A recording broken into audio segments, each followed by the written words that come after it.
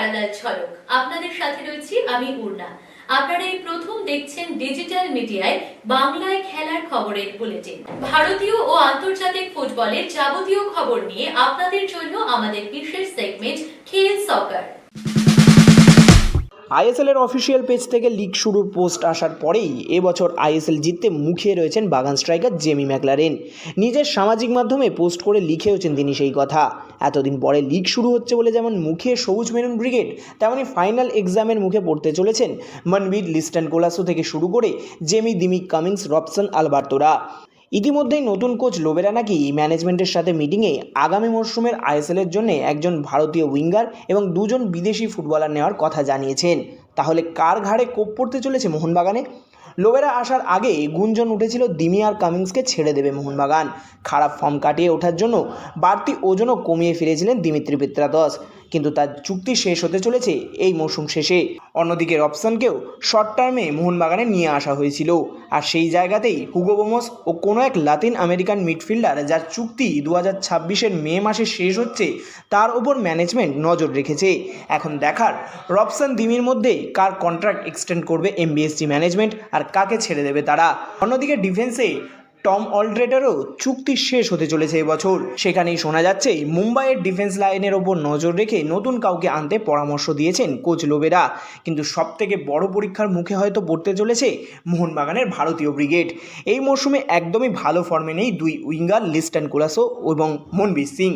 শুরুর দিকে মলিনা দুই দিকে দুজনকে ব্যবহার করলেও লোবেরার ডান প্রান্তেই দুজনকে রোটেশন করে ব্যবহার করতে চায়।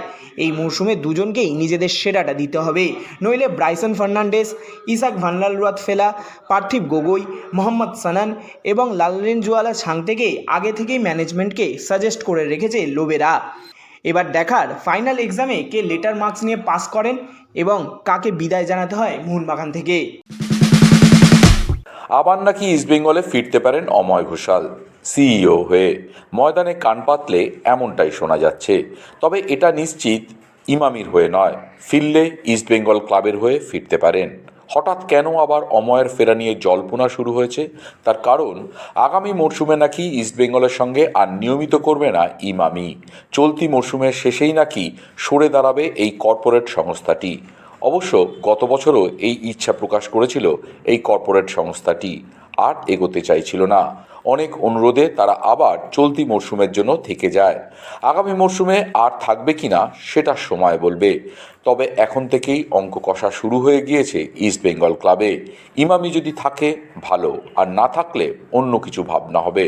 আর এই ভাবনা থেকেই ইস্টবেঙ্গল ক্লাবের প্রথম পদক্ষেপ হতে পারে আবার সিইও করে ইস্টবেঙ্গল ক্লাবে ফিরিয়ে আনা হতে পারে অময় ঘোষালকে। ইমামি ইস্টবেঙ্গলে থাকার সময় অবশ্য অময়কে নিয়ে কম জল ঘোলা হয়নি। তাকে নিয়ে একাধিক প্রশ্ন উঠেছিল ফুটবলার চয়ন নিয়ে। তারপরেই তাকে সরিয়ে তার জায়গায় আনা হয় টেকনিক্যাল পার্সন হিসাবে থাংবই সিংটোকে ফুটবল হেড করে। আগামী দিনে থাংবইয়েরও চাকরি অনিশ্চিত হয়ে যাবে ইমামি যদি ইস্টবেঙ্গলের সঙ্গে নিয়মিত না করে। তখন তার জায়গায় হয়তো আবার ইস্টবেঙ্গল ক্লাবে ফিরে আসতে পারেন অময়। তখন কি আবার ইস্টবেঙ্গলময় অময়? এটা অবশ্য সময়ই বলে দেবে। যুব ভারতী নয়, এবারের আইএসএল এর প্রতিটি ম্যাচ কিশোর ভারতীতেই খেলবে ইস্টবেঙ্গল। প্রথমে যুব ভারতীতে খেলার পরিকল্পনা থাকলেও পরবর্তীতে আর্থিক খরচের কথা মাথায় রেখেই কিশোর ভারতীকেই বেছেছিল লাল হলুদ ম্যানেজমেন্ট। তবে এটা নিয়েই ক্লাব কর্তার সঙ্গে খানিকটা মতবিরোধ দেখা দিয়েছিল। দুই তরফই আলোচনা চালাচ্ছিল। শোনা যাচ্ছে শেষ পর্যন্ত নাকি দুই তরফই কিশোর ভারতীতে ম্যাচ হওয়া নিয়ে একই সিদ্ধান্তে এসেছে। এরপরই ইমামি ইস্টবেঙ্গল ম্যানেজমেন্টের তরফে সরকারের সঙ্গে কথাবার্তা শুরু হয়ে গিয়েছে স্টেডিয়াম পাওয়া নিয়ে। অর্থাৎ মোহনবাগানকে যুব ভারতীতে খেলতে দেখা গেলেও ইস্টবেঙ্গল এবার কিশোর ভারতীতেই। অবশেষে অপেক্ষার অবসান। ইউসুফ এজেজারির সঙ্গে সইপর্ব সেরে ফেলল ইস্টবেঙ্গল। কয়েকদিন আগেই তার প্রাক্তন ক্লাবে খেলার খবর সামনে আসতেই শুরু হয়েছিল জোর জল্পনা। প্রশ্ন উঠতে শুরু করেছিল ইউসুফ কি আদৌ আসছেন। সেই জল্পনার অবসান ঘটিয়ে বৃহস্পতিবারই ইস্টবেঙ্গলের চুক্তিতে সই করলেন এই স্প্যানিশ স্ট্রাইকার। সেই সঙ্গে তার ভিসার কাজও শুরু হয়ে গিয়েছে। সব কিছু ঠিকঠাক চললে আগামী সপ্তাহেই হয়তো শহরে চলে আসবেন ইউসুফ। আপাতত তার সঙ্গে শুধুমাত্র এই মৌসুমের জন্যই চুক্তি করেছে লাল হলুদ ম্যানেজমেন্ট। তিনি মাঠে নেমে কেমন খেলেন সেটাই এখন দেখার। শুক্রবারই শহরে চলে আসছেন ইস্টবেঙ্গলের নতুন উইঙ্গার জেরি। তবে সেদিন থেকেই তার প্রস্তুতিতে নামার সম্ভাবনা নেই বললেই চলে। জেরির সঙ্গে কথাবার্তা আগেই পাকা হয়ে গিয়েছিল, কিন্তু তিনি কবে আসছেন সেই নিয়ে চলছিল নানান গুঞ্জন। শোনা যাচ্ছে শুক্রবারই কলকাতায় পৌঁছাচ্ছেন এই তরুণ তারকা উইঙ্গার। এখনও পর্যন্ত অবশ্য তার শুক্রবারের প্রস্তুতিতে যোগ দেওয়ার কোনো সম্ভাবনা নেই। তবে কোচ যদি ডেকে নেন তবে সরাসরি এসে প্রস্তুতিতে যোগ দিতেও পারেন জেরি।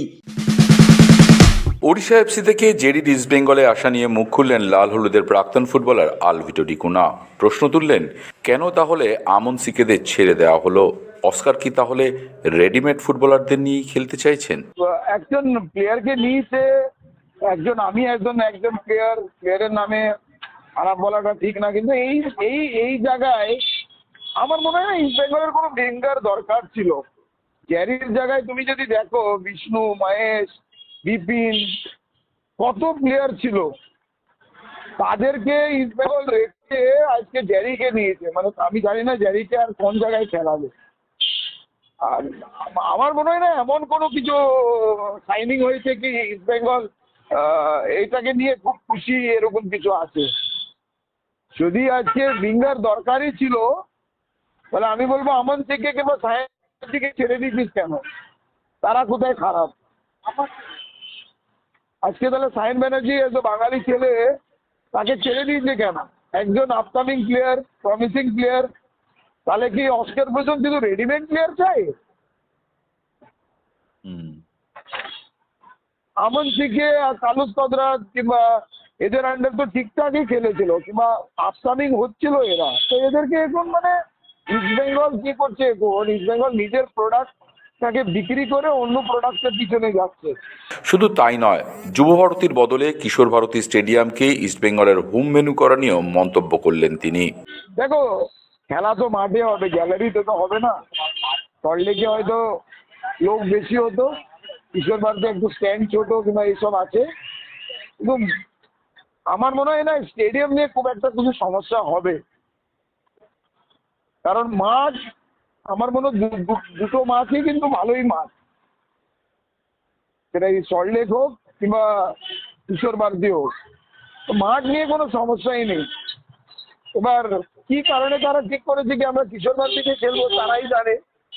যতক্ষণ ইস্টবেঙ্গল যেই মাঠেই খেলুক না কেন, ইস্টবেঙ্গল চ্যাম্পিয়ন হলেই ওটাই নিয়ে দরকার আছে, নিয়ে কোনো সমস্যা নেই। আজকে ইস্টবেঙ্গল মাঠে ওরা চাইলে খেললে, আমার মনে হয় ইস্টবেঙ্গল এবছর যা টিম করেছে তাতে ওরা যে কোনো মাঠে ওরা চ্যাম্পিয়ন যদি চায় হতে পারে, যদি চায়। কিন্তু এবার প্লেয়ার্সরা কতটা মোটিভেটেড কিংবা কতটা ইন্সপায়ার্ড এই বছর আই লিগ আইএসএল জেতার জন্য, সেটা শুধু সময় বলে দেবে। আলবার্তো নোগুয়েরার পর এবার চেন্নাই সই করালো আরেক আইএসএল খেলা বিদেশি ডিফেন্সিভ মিডফিল্ডার মোহাম্মদ আলী বেমামারকে। আগের মৌসুমে নর্থ ইস্ট ইউনাইটেডের হয়ে মাঝমাঠের দায়িত্বে ছিলেন তিনি। 36 বছর বয়সী প্রাক্তন মরক্কো আন্তর্জাতিকের ঝুলিতে রয়েছে 300-র বেশি সিনিয়র ম্যাচের অভিজ্ঞতা। আইএসএলেও 40টির বেশি ম্যাচ খেলেছেন, করেছেন 4 গোল। জাতীয় দলের হয়ে 11 ম্যাচে 2 বার জালের দেখা পেয়েছেন বেমামার। Cap confederation cup, cap super cup ও আফ্রিকান নেশনস চ্যাম্পিয়নশিপ জয়ের অভিজ্ঞতা রয়েছে তার। নর্থ ইস্ট ইউনাইটেডের হয়ে জিতেছেন ডুরান্ড কাপও। কোচ ক্লিফোর্ড মিরান্ডার মতে মাঝমাঠে স্থিতি ও নেতৃত্ব এনে দেবেন বেমামার। চাপের মধ্যে বল ধরে রাখা, প্রতিপক্ষের আক্রমণ ভাঙা এবং দ্রুত আক্রমণে রূপান্তর, সব দিকেই দলের ভারসাম্য বাড়াতেই তাকে দলে নেওয়া হয়েছে।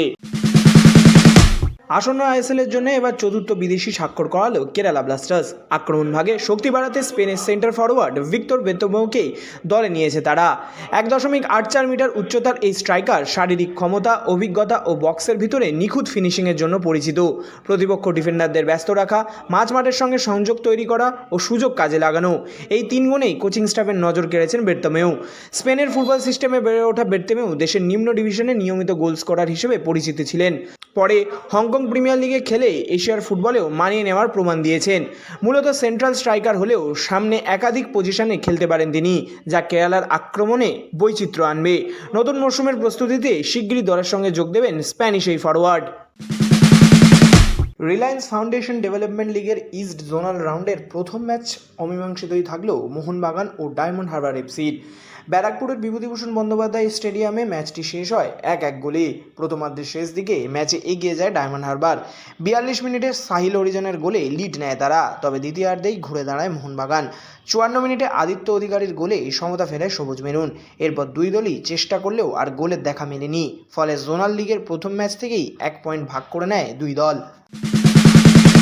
30 তারিখ অসমের বিরুদ্ধে গ্রুপ লিগের শেষ ম্যাচে মাঠে নামার আগে বৃহস্পতিবার শেষ মুহূর্তের প্রস্তুতি সারল বাংলা দল। কোচ সঞ্জয় সেনের অধীনে অনুশীলনে মূলত ফিটনেসের দিকেই জোর দেওয়া হয়। হালকা জগিংয়ের পর ছোট ছোট দলে ভাগ হয়ে নিজেদের মধ্যে অনুশীলন ম্যাচ খেলেন ফুটবলাররা।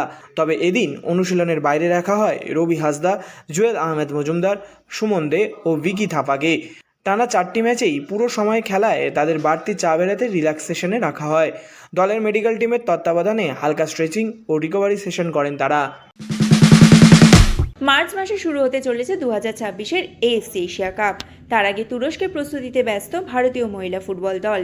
এবার ইউরোপের 4টে ক্লাবের সাথে ফ্রেন্ডলি ম্যাচ খেলবে বলে জানিয়েছে ভারতের মহিলা ফুটবল দল। 30শে জানুয়ারি খেলবে রাশিয়ার ক্লাব WFC স্পার্টাক মস্কোর সাথে। 2রা ফেব্রুয়ারি জার্মানির ক্লাব হার্থা BSC ফ্রাউয়েনের সাথে। 4ই ফেব্রুয়ারি রাশিয়ার ক্লাব জাভেজদা পার্ম এবং 7ই ফেব্রুয়ারি রোমানিয়ান ক্লাব FK সিউকের সাথে। AFC এশিয়া কাপে ভারতের প্রথম ম্যাচ 4ই মার্চ ভিয়েতনামের বিরুদ্ধে। কথায় আছে ওস্তাদের মার শেষ রাতে। বুধবার রাতে চ্যাম্পিয়ন্স লিগের গ্রুপ পর্বের শেষ ম্যাচে সেটাই প্রমাণ করলেন জোসে মরিনো। দ্য স্পেশাল ওয়ানের ছোঁয়ায় নাটকীয় ম্যাচে রিয়াল মাদ্রিদকে 4-2 গোলে হারিয়ে প্লে অফে পৌঁছে গেল বেনফিকা। শেষ মুহূর্তে গোল করে নায়ক হয়ে উঠলেন গোলকিপার আনাতোলি ট্রুবিন। ঘরের মাঠে শুরু থেকেই চাপ বাড়ায় বেনফিকা, তবে 30 মিনিটে এমবাপের হেডে এগিয়ে যায় রিয়াল। 6 মিনিটের মধ্যে সমতা ফেরান শেলডেরাব। প্রথমার্ধের শেষে ওটামেন্ডের ওপর ফাউলের জন্য পেনাল্টি পায় বেনফিকা। প্যাবলিদিস গোল করে দলকে এগিয়ে দেন। দ্বিতীয়ার্ধে শেলডেরাবের জোরালো শটে ব্যবধান বাড়ে। এমবাপে ব্যবধান কমালেও সমতায় ফিরতে পারেনি রিয়াল। ইনজুরি টাইমে লাল কার্ডে বিপর্যস্ত হয় রিয়াল। শেষ মুহূর্তে ফ্রি কিকে গোলকিপার ট্রুবিনকে বক্সে পাঠান মরিনো। ফেডরিক অর্সনাসের ক্রসে নিখুঁত হেডে গোল করে ইতিহাস গড়েন ট্রুবিন। এই জয় গোল পার্থক্যের বিচারে প্লে অফে উঠে গেল বেনফিকা, আর সরাসরি শেষ 16-এ যাওয়ার সুযোগ হাতছাড়া করল রিয়াল মাদ্রিদ। বুধবার চ্যাম্পিয়ন্স লিগ পর্বের শেষ ম্যাচে ডিফেন্ডিং চ্যাম্পিয়ন PSG এর সাথে মুখোমুখি হয়েছিল নিউক্যাসল ইউনাইটেড। পেনাল্টি থেকে PSG-কে এগিয়ে দেন ভিতিনা, কিন্তু কিছুক্ষণ পরেই প্রথমার্ধেই নিউক্যাসলের হয়ে জো উইল্ক সমতা ফেরান।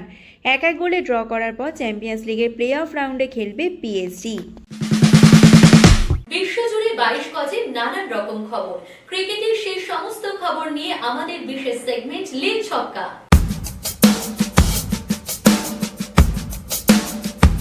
আগামী 2রা বা 3রা ফেব্রুয়ারি থেকে টিকিট বিক্রি শুরু হতে পারে CAB থেকে। যেহেতু বাংলাদেশের পরিবর্তে এবার স্কটল্যান্ড খেলবে, সেই কারণেই নাকি খানিকটা দেরি হচ্ছে টিকিট আসতে। একই সঙ্গে প্রায় 10 বছর পর ফের ইডেন গার্ডেন্সে হবে বিশ্বকাপের আসর। 7ই ফেব্রুয়ারি প্রথম ম্যাচে নামবে ওয়েস্ট ইন্ডিজ ও স্কটল্যান্ড। সেই সঙ্গে একটি সেমিফাইনালও রয়েছে। একই সঙ্গে বিশ্বকাপের গ্রুপ পর্বে ম্যাচের জন্য আরও একটি বিশেষ উদ্যোগ নিতে চলেছে ক্রিকেট অ্যাসোসিয়েশন অফ বেঙ্গল। বিশ্বকাপের গ্রুপ পর্বে ম্যাচগুলোতে কয়েকটি স্কুলের ছাত্রদের মাঠে আনার ব্যবস্থা করতে পারে তারা। যদিও এই ভাবনা এখনও পর্যন্ত প্রাথমিক স্তরেই রয়েছে। যদিও CAB'র তরফে এই বিশেষ পরিকল্পনা ভাবা হয়েছে। এখন শেষ মুহূর্তের প্রস্তুতিতেই ব্যস্ত ইডেন গার্ডেন্স। হরিয়ানার বিরুদ্ধে প্রথম দিনটা খুব একটা ভালো গেল না বাংলার। খারাপ আবহাওয়ার কারণে নির্ধারিত সময়ের অনেক পরেই শুরু হয় এদিন হরিয়ানা বনাম বাংলা ম্যাচ। সেখানে বাংলার হয়ে ব্যাট হাতে একা সুদীপ চট্টোপাধ্যায় লড়াই চালালেও দিনের শেষে বাংলার স্কোর কিন্তু একেবারেই স্বস্তি দিতে পারছে না টিম ম্যানেজমেন্টকে। প্রথম দিনের শেষে বাংলার রান 5 উইকেটে 168। ক্রিজে অপরাজিত 78 রানে দাঁড়িয়ে সুদীপ চট্টোপাধ্যায়। হাতে আর মাত্র কয়েকটা দিন, এরপরেই শুরু হবে T20 বিশ্বকাপ। সেই মঞ্চে ভারতে নামার আগেই দুই স্পিনারকে একসঙ্গে খেলানো নিয়ে ভারতকে সতর্ক করলেন রোহিত শর্মা। স্কোয়াডে থাকছেন বরুণ চক্রবর্তী এবং কুলদীপ যাদব। এই মুহূর্তে দেশের জার্সিতে দুই স্পিনারই দুরন্ত ফর্মে রয়েছেন। তাদের দুজনকে একসঙ্গে খেলানো সম্ভব হলে সেটা ভারতীয় শিবিরের কাছে একটা বড়সড় চ্যালেঞ্জের কারণ হয়ে দাঁড়াবে বলেই মনে করছেন রোহিত শর্মা। শেষবার রোহিত শর্মার হাত ধরেই T20 বিশ্বকাপ জিতেছিল ভারত। সেই রোহিত আবার এবারের বিশ্বকাপের ব্র্যান্ড অ্যাম্বাসাডারও। T20 বিশ্বকাপে ওয়াশিংটন সুন্দর খেলতে পারবে কিনা সেই নিয়ে রয়েছে জল্পনা। বোর্ডের সূত্রের খবর, আগামী 3রা ফেব্রুয়ারি ওয়াশিংটন সুন্দরের ফিটনেস পরীক্ষা করা হবে। এরপরই নেওয়া হবে চূড়ান্ত সিদ্ধান্ত। রিয়ান পরাগকে ব্যাকআপ হিসেবে রাখা হলেও এখনও পর্যন্ত ভারতীয় দলের পরিকল্পনাতে রয়েছেন ওয়াশিংটন সুন্দরই। নিউজিল্যান্ডের বিরুদ্ধে ওডিআই সিরিজের প্রথম ম্যাচেই চোট পেয়ে ছিটকে গিয়েছিলেন ওয়াশিংটন সুন্দর। সেই থেকেই শুরু হয়েছিল জল্পনাটা। আগামী মাসে আয়োজিত হতে চলেছে টি-20 বিশ্বকাপ। বিশ্বকাপে দলগুলোর সুরক্ষার জন্য সশস্ত্র বাহিনী মোতায়েন করবে শ্রীলঙ্কা। চিরপ্রতিদ্বন্দ্বী ভারত ও পাকিস্তানের মধ্যে ম্যাচগুলিকে বিশেষভাবে গুরুত্ব দিয়ে নিরাপত্তা বাড়ানোর ব্যবস্থার দিকেও নজর রাখছে শ্রীলঙ্কা ক্রিকেট বোর্ড। গ্রুপ পর্বের লড়াইয়ে ভারত ও পাকিস্তান একে অপরের মুখোমুখি হবে শ্রীলঙ্কার রাজধানী কলম্বোতে। 2019 সালে ক্রিকেট থেকে অবসর নিয়েছিলেন যুবরাজ সিং। সে বছর 50 ওভারের বিশ্বকাপের ভারতীয় দলে সুযোগ না পাওয়ার পর আন্তর্জাতিক ক্রিকেট এবং আইপিএল থেকেও সরে দাঁড়িয়েছিলেন। অবসর নেওয়ার 7 বছর পর ক্রিকেট ছাড়ার কারণ জানালেন যুবরাজ। বললেন, মানুষের থেকে সম্মান ও সমর্থন না পাওয়ায় তিনি অবসরের সিদ্ধান্ত নিয়েছিলেন। এছাড়াও প্রাক্তন টেনিস খেলোয়াড় সানিয়া মির্জার পডকাস্টে তিনি বলেন, ওই সময় ক্রিকেট উপভোগ না করার বিষয়টা আমাকে খুব কষ্ট দিচ্ছিল, তাই খেলা ছেড়েছিলাম।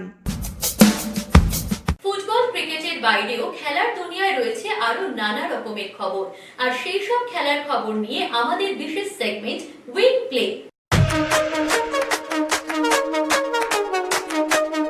টাটা স্টিল মাস্টার্স চ্যাম্পিয়নশিপে তরুণ প্রতিভাবান ইয়াগিজ খানকে হারালো বিশ্ব চ্যাম্পিয়ন ডি গুকেশ। কালো গুটি দিয়ে হারিয়ে 10-এর মধ্যে 5 পয়েন্টে উঠে গেল ডি গুকেশ। অন্যদিকে 10ম রাউন্ডে ভারতের দাবা খেলোয়াড় অর্জুন এরিগাইসি হেরে যাওয়ার কারণে জার্মানির ভিনসেন্ট কোমারের সাথে খেলতে পারেননি। বৃহস্পতিবার ইউক্রেনীয় এলিনা সাভিতোলিনাকে হারিয়ে অস্ট্রেলিয়ান ওপেনের সেমিফাইনালে উঠে গেলেন আরিনা সাবালেঙ্কা। ফলাফল 6-2, 6-3। এই নিয়ে টানা 4বার অস্ট্রেলিয়ান ওপেনের ফাইনালে উঠেছেন সাবালেঙ্কা। মেলবোর্ন পার্কে 4 বছরের মধ্যে তৃতীয় শিরোপা এবং 5ম গ্র্যান্ড স্ল্যাম শিরোপার জন্য খেলবেন সাবালেঙ্কা।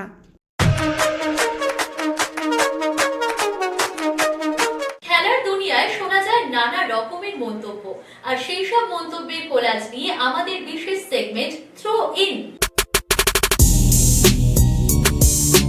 আমি যদি ভারতীয় দলে নির্বাচক বা টিম ম্যানেজমেন্টের অংশ হতাম, তাহলে শেষ ম্যাচে সঞ্জু স্যামসনের বদলে ঈশান কিষানকেই খেলাতাম। সঞ্জুকে বসিয়ে ঈশানকে উইকেট কিপার ব্যাটার হিসেবে নিতাম, কারণ যদি বিশ্বকাপে ঈশানই আমার প্রধান উইকেট কিপার হয়, তাহলে এখন থেকেই ওকে সুযোগ দেওয়া উচিত। 5ম টি-20 ম্যাচ এবং দক্ষিণ আফ্রিকার বিরুদ্ধে প্রস্তুতি ম্যাচেও আমি ঈশানকেই খেলাতাম। প্যারালাল ঝলক আজ এ পর্যন্তই। খেলার দুনিয়ার সেরা প্যাকেজ নিয়ে দেখতে থাকুন প্যারালাল ঝলক প্রতিদিন রাত 10টায়।